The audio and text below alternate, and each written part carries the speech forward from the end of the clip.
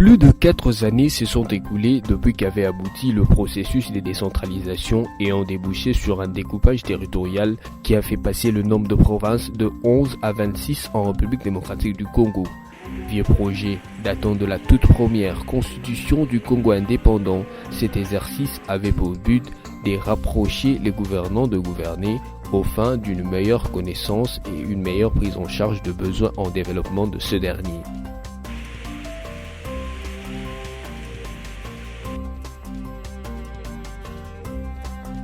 Situé au sud-est de la RDC, plus précisément sur les rives du lac qui lui donne son nom, le Tanganyika est limitrophe des 5 provinces congolaises, d'une province zambienne et de 3 régions tanzaniennes sur la rive orientale du lac Tanganyika. Près de 5 années après le découpage territorial qui a conduit à sa création, la province du Tanganyika s'émet progressivement au diapason du développement. Pour preuve, ces infrastructures de base qui lui ouvrent de nouvelles perspectives pour le bien-être socio-économique de sa population.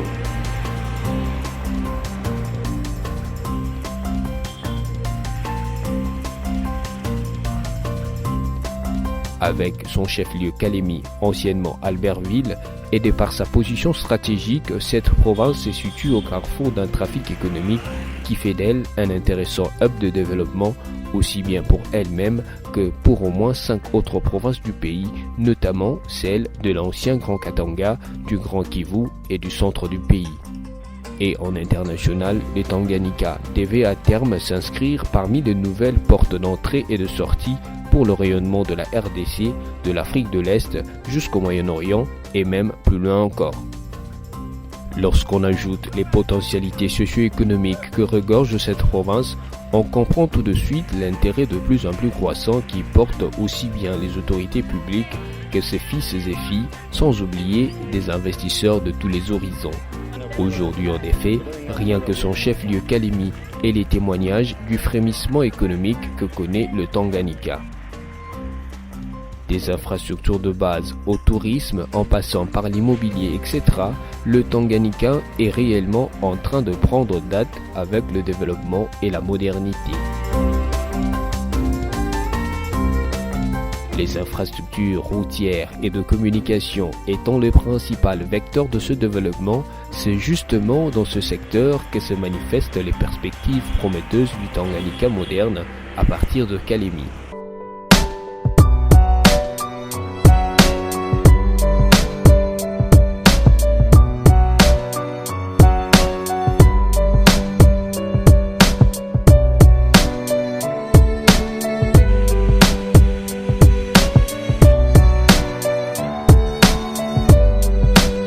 En effet, dans le cadre du projet de modernisation de grandes artères des provinces de la République soutenu par le programme sino-congolais, l'Agence congolaise de grands travaux, ACGT en sigle, avait reçu la mission de conduire le projet de modernisation de la voirie de la ville de Kalemi, plus particulièrement l'épine dorsale de cette ville qu'est le boulevard Lumumba.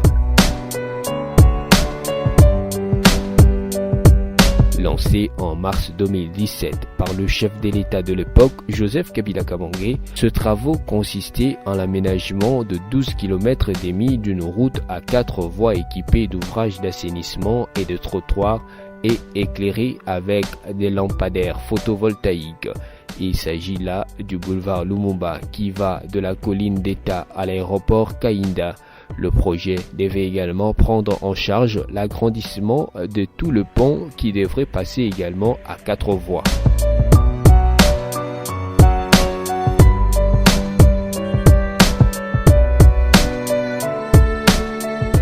Pour exécuter tous ces travaux, 3 entreprises avaient été engagées principalement, à savoir Grec 9 pour le tronçon allant du PK0 au PK4 plus 600, Grec 7 sur le tronçon PK4 plus 600 au PK8 plus 500 et Grec 8 pour le tronçon PK8 plus 500 au PK12 plus 167.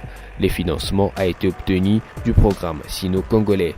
Aujourd'hui, près de 3 années après les lancements de travaux, les Calémiards sont unanimes pour reconnaître la grande qualité du travail abattu sur cette voie.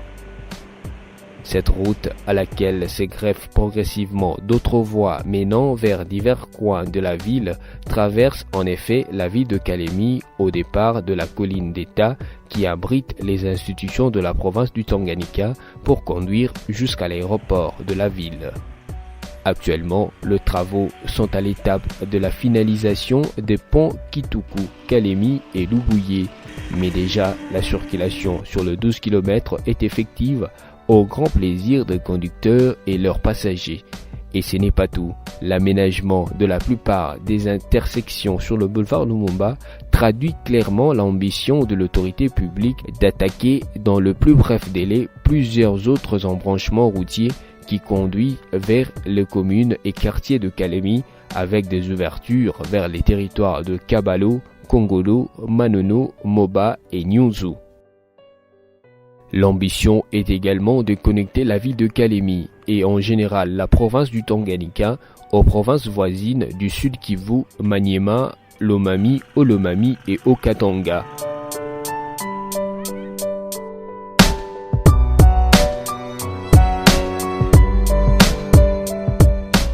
Autre support de développement pour le Tanganyika, le port lacustre de Kalemi.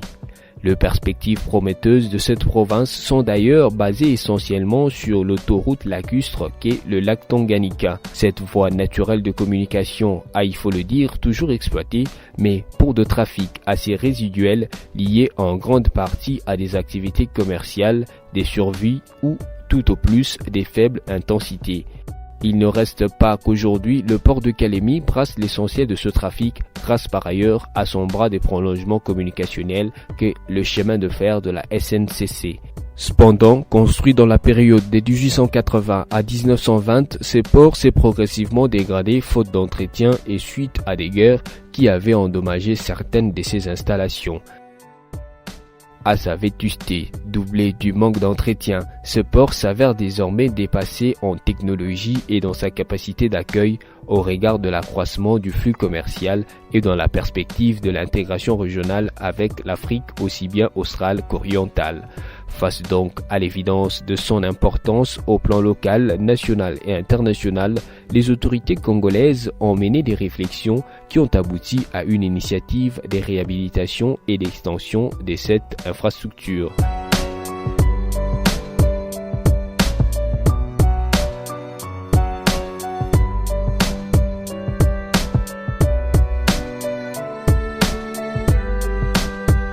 Cette initiative est conduite par le Fonds de promotion d'industrie conformément à son volet de soutien à l'aménagement d'infrastructures de base vecteur du développement pour le bien-être de population. Conformément également à sa politique de réalisation de programmes structurants et industrialisants, le FPI a entrepris une grande réflexion pour réhabiliter le port de Kalemi et, plus largement, renforcer la capacité économique de la nouvelle province du Tanganyika comme centre de croissance multipolaire.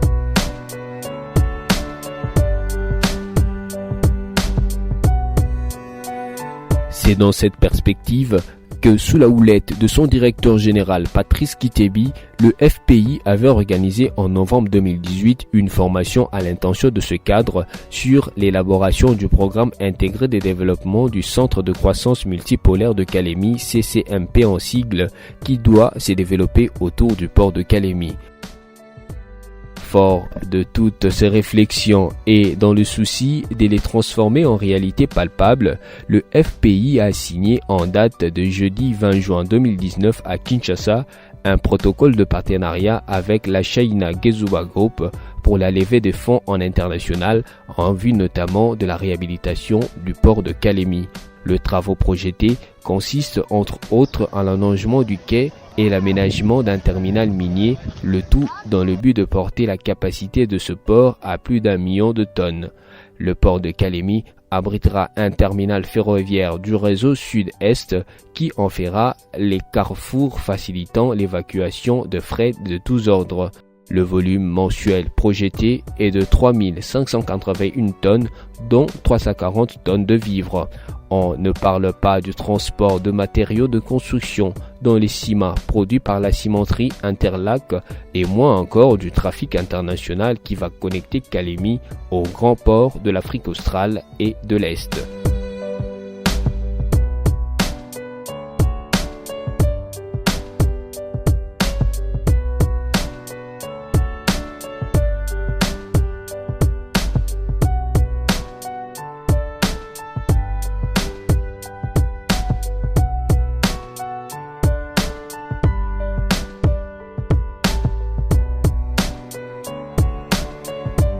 Toutes ces perspectives de fluidité dans la circulation de biens et des personnes avec pour conséquence la création de richesses n'a pas laissé longtemps indifférents les fils et filles de la province ainsi que d'autres investisseurs proches de l'information. Aujourd'hui, en effet, Calémie et ses environs vivent en frémissement économique visible à travers cet impressionnant boom immobilier qui transforme son visage. Aux quatre coins de la ville, des chantiers voient pousser de terre des bâtiments de tous ordres pour abriter des logements pour des bureaux, des centres commerciaux, des hôtels, etc.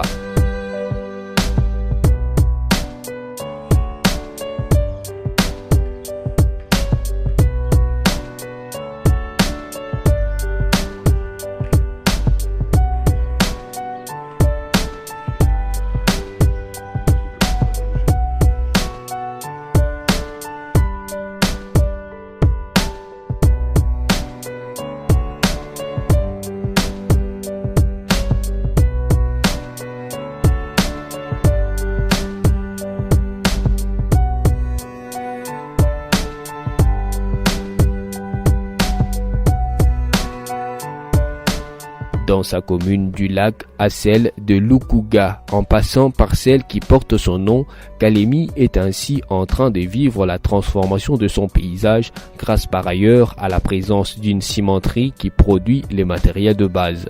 La main-d'œuvre est de plus en plus qualifiée sous l'encadrement des ingénieurs venus pour la plupart de Kinshasa et du Grand Kivu où ils ont fait leurs preuves dans ce domaine. Ce boom immobilier voit également se développer des agences immobilières opérant dans l'achat et la vente des terrains et de maisons à usage de logements et de bureaux. Le ministère provincial en charge du secteur s'emploie désormais à organiser pour prévenir l'anarchie foncière et les escroqueries de tout genre. Cette donne immobilière renforce ainsi le Tanganyika et sa capitale Calémie parmi les destinations de prédilection ces derniers temps. Ceux qui s'y rendent ne vont certainement pas s'ennuyer entre le service ou les affaires et la détente. À l'époque, fort boisé et peu habité en raison notamment des épidémies de maladies du sommeil et de razzias des trafiquants esclavagistes arabes, Calémie devient aujourd'hui une coquette ville de grands attraits. Sa situation géographique à cheval entre le mont verdoyant du Crabin et les vastes étendues bleues du lac Tanganyika en font une destination touristique exceptionnelle. Son port de pêche et ses kilomètres de plages de sable fin longeant le lac en rajoutent et marquent particulièrement les visiteurs. Plusieurs autres possibilités d'excursion peuvent les attirer dans les collines et vallées avoisinantes et qui offrent de paysages magnifiques. La route qui longe le lac vers le sud donne accès aux chutes d'eau chaude de Rutugu et la route de Mouila vers le sud-est conduit aux chutes de Koki à 25 km. Le colline avoisinante offre une superbe vue panoramique sur la ville, le lac et l'archipel de Mtoa et son lac intérieur. Mtoa est le grand port arabe de la rive ouest du lac par lequel transitaient les caravanes d'esclaves et d'ivoire à destination de Zanzibar.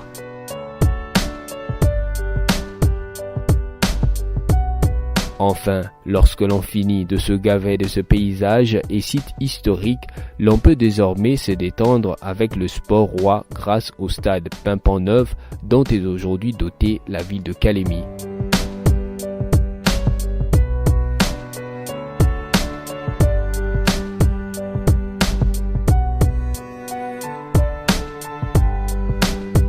D'une capacité de 15 000 places assises, ce nouveau stade est le fruit de la volonté du gouvernement de résorber les déficits en infrastructures sportives à travers le pays. Les travaux lancés en juin 2015 par l'ancien président de la République, Joseph Kabila Kabange, se sont achevés en mars 2019. Ces stades, situés à 6 km du centre-ville de Kalemi, disposent d'un aire de jeu de 68 mètres sur 105 et répond aux normes de la FIFA. Il est aussi doté d'autres installations telles que 2 vestiaires comprenant à chacun un bureau pour entraîneur et une salle de repos pour joueurs équipée de 2 tables de massage, des sanitaires comprenant 2 toilettes à cuve avec lave-mains chacune, des urinoirs et 4 douches. On y trouve aussi des bureaux pour les arbitres et les officiels, des circuits d'accès de joueurs sur l'heure de jeu qui est revêtu d'une pelouse synthétique. Ces accès sont séparés de ceux des spectateurs. Il y a aussi des sanitaires spécifiques pour chaque classe des tribunes, ainsi que des sanitaires séparés des hommes et de femmes.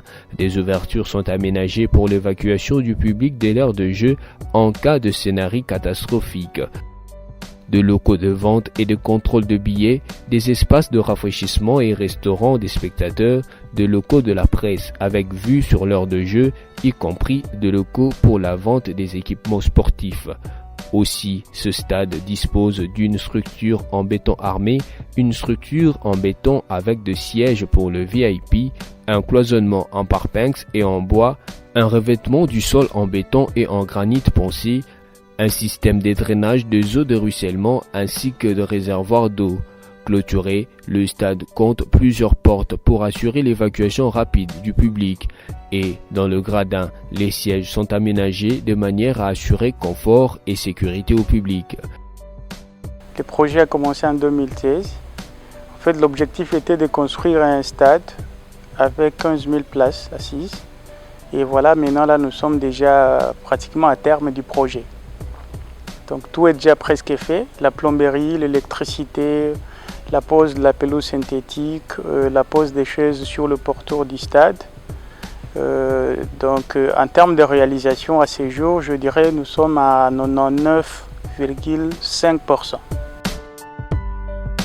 Toutes ces réalisations et tant d'autres font de Kalemi et les Tanganyika un nouveau pôle de développement en RDC.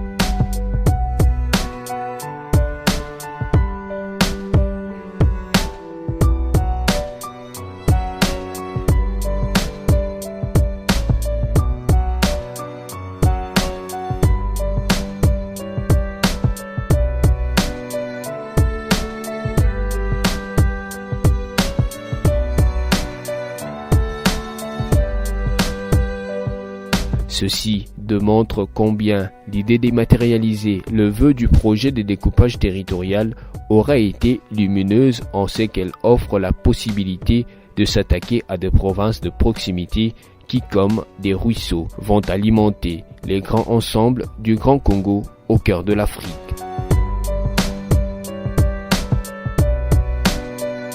Désormais, Kalemi et les Tanganyika sont le nouveau rêve du Congo.